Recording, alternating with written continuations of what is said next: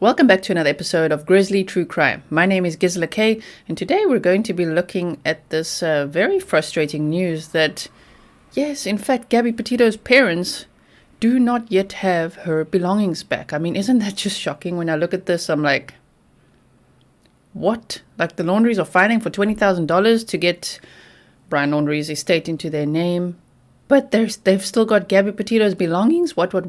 Let's get started.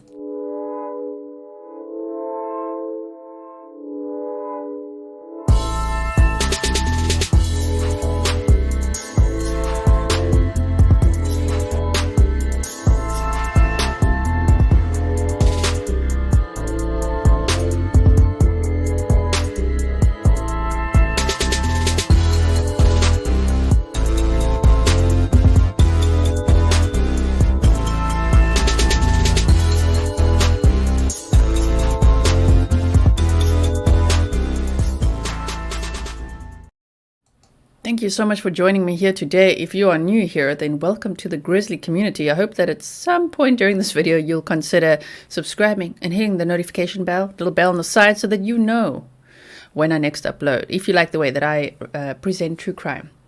For all of those of you who are back, then, whoa, welcome back. Long time no see, huh? So, this article it makes me angry because I'm like, they don't have her belongings yet. What? Legal fight. Gabby Petito's mom, Nichole Schmidt, files claim for her belongings as Brian Laundrie's parents fight for a $20,000 estate. Okay, and here they say Gabby Petito's mom has filed a claim to get back her murdered daughter's belongings as part of a petition by Brian Laundrie's parents to gain access to his $20,000 estate. Laundrie family attorney, of course he's going to pipe up, we know this already, Stephen Bertolino, confirmed to the U.S. Sun on Tuesday that the family will not contest Nichole Schmidt's claim. Like, can you imagine if they contest that? No, we're keeping it. Like, that's just crazy, oh my word. Okay, well, saying they wouldn't contest or they won't contest is like, duh, they better not. Oh my word. And then Gabby Petito's mom, Nichole, is seeking to recover her daughter's possessions from the Laundrie home in Northport, Florida. This is a mere formality. Mrs. Schmidt is seeking Gabby's possessions, Bertolino said. A mere formality? I think it's quite the injustice that they still have it at their home. According to the lawyer, Nichole is requesting to recover all of 23-year-old Gabby's belongings from the Laundrie home in Northport. Arrangements will be made and they will be given to Gabby's family without contest, Bertolino told the U.S. Sun, and obviously other news outlets, because there's plenty of people covering this case. On Tuesday, court records showed Gabby's mom, Nichole, filed a statement in Sarasota County, Florida, regarding Laundrie's estate battle. The text of the claim doesn't refer to specific articles of Gabby's, so it's not known which of her belongings may be included in the suit. The basis for the claim is possession or control of personal property of Gabby Petito, the claim reads. Obviously. Oh my word. Have you seen this one? This is from the same news source, The Sun. Not my usual go-to, but this one was quite interesting when they're like, look at that picture. They're like, the truth always comes out. What? Still alive. Brian Laundrie sleuths say he was pictured alive this month in wild legal letter as parents bid for access to his $20,000. What? Brian Laundrie sleuths claim he was seen that he was seen in a photo running this month in a wild letter as his parents attempt to access his estate. The email was part of the court filings in Laundrie's estate case, in which his parents are trying to collect $20,000 from his bank account. Okay. A wild email alleged that Brian Laundrie was seen in CCTV footage in December. In the note, which included extremely grainy images, the unknown sender alleges that Laundrie is alive and is being helped by a friend and family member, though the sender did not accuse his parents, Roberta and Christopher Laundrie. Brian Laundrie is still alive, a copy of the email obtained by the Sun says. A photo of Brian Christopher Laundrie running down from the street caught on CCTV on December 3rd, 2021 is attached. The email continues. Sorry, I'm just like, I know I'm like swallowing because I'm like, what? The wild note concludes by stating, So I don't think you should not grant a cremate for Brian Christopher Laundrie, who is the son of Roberta and Christopher Laundrie. The court document notes that no further action was taken by the court after receiving the email. Laundrie's remains were discovered in late October after a manhunt that went on for over a month after he was named a person of interest in his fiancée Gabby Petito's disappearance and later her death. Hundreds of thousands of dollars spent on his search. Oh my word. Okay, and then I wanted to show you this one. I'm still following this case. A lot of you are asking me, am I still doing it? Yeah, I'm still following Kylen and Crystal's case. I'm waiting for some solid updates. Like,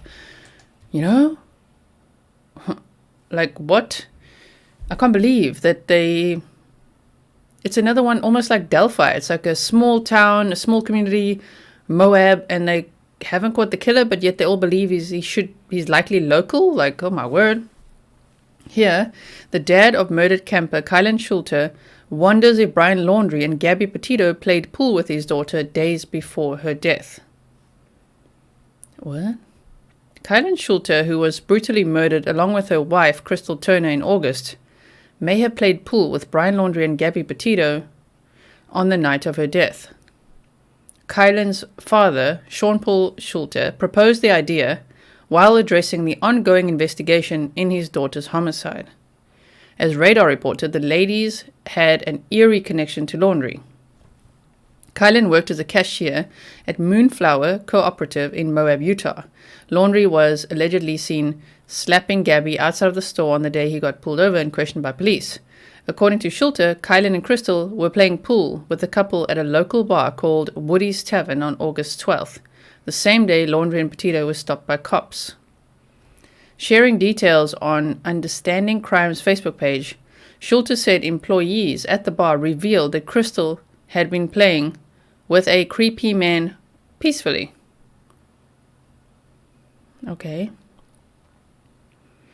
The couple had been complaining to their friends about being bothered by a creepy man and revealed they were planning to change campsites to avoid him. Kylen and Crystal stopped communicating with their family and friends shortly after. Despite investigating, cops found no connection to the woman's killings and Laundrie. However, Kylen's dad isn't narrowing him out. All I know is one of the girls said Crystal was shooting pool with the guy and all seemed fine. I was hoping Woody's staff would look to see if they know who it is.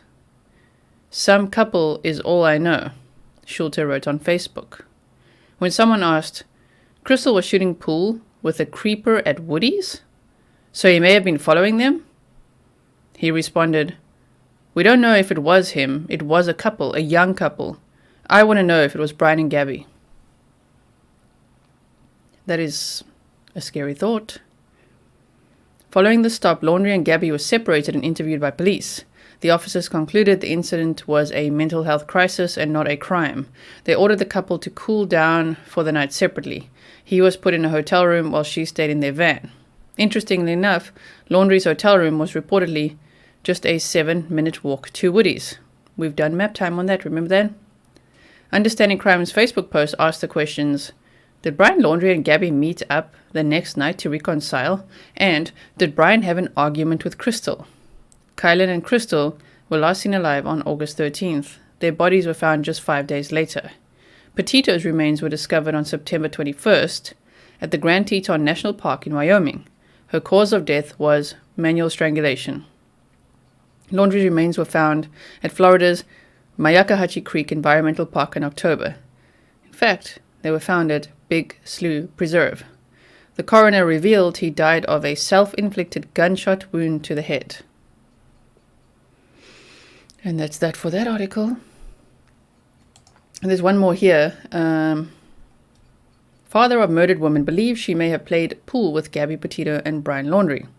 The couple that was found dead near their campsite in Utah may have been playing pool with Gabby Petito and Brian Laundrie, according to a post on Facebook.